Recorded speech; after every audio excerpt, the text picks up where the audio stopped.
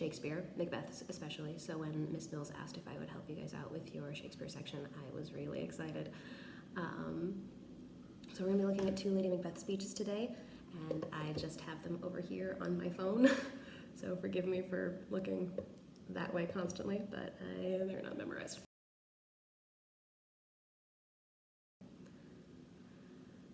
Glamis thou art, and Cawdor, and shalt be what thou art promised. Yet I do fear thy nature.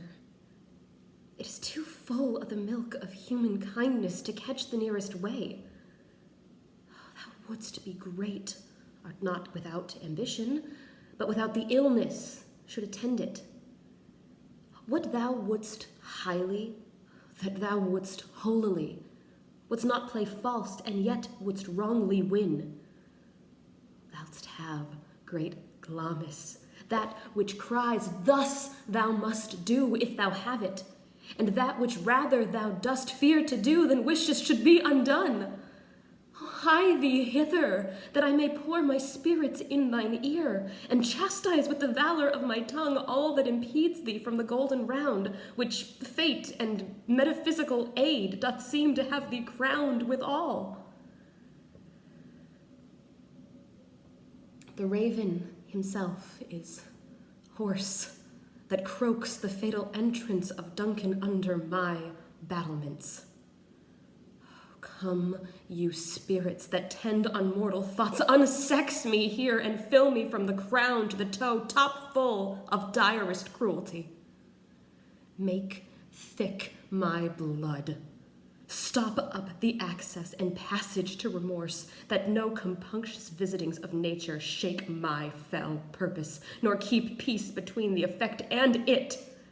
Come to my woman's breast and take my milk for gall. You murdering ministers, wherever in your sightless substances you wait on nature's mischief. Come, thick night, and pall thee in the dunnest smoke of hell, that my keen knife see not the wound it makes, nor heaven peep through the blanket of dark to cry, hold, hold! Great Glamis, worthy Cawdor, greater than both, by the all hail hereafter. Thy letters have transported me beyond this ignorant present, and I feel now the future in the instant. Okay, so Miss Mills also asked if I would share with you guys some of my own thoughts and opinions on this play, and I want to start by telling you it is my favorite Shakespeare play. It's so cool. It has a little bit of everything, some like mystery and magic with the witches, murder plots, always love those. Really cool sword fighting. There's so many sword fights. And just like a cast of complex characters, everyone who is faced with something dire, something serious. There's nobody sitting around just twiddling their thumbs. Maybe the porter, but he's great comedic relief, so he gets a pass. Lady Macbeth in particular is really important to me because she is uncommon for plays being written at that time. People weren't writing women like her. Because the question in the frame of this play is, who is the villain? Macbeth is clearly the main character, and he's doing all of these things that aren't great, but because of him, his moral dilemmas, and his relationship with his wife, you find yourself not sure who you're rooting for. Do you want him to succeed and be the King of Scotland? Because he doesn't seem to know until he talks to her, and she convinces him that it's a good plan and they should do it. She asks the world to take away any of her mother's kindness, any of that feminine intuition, to take away all of that from her being in that first speech that we looked at, to make her hard and cruel even to the forces of the world for her husband so that he can get ahead.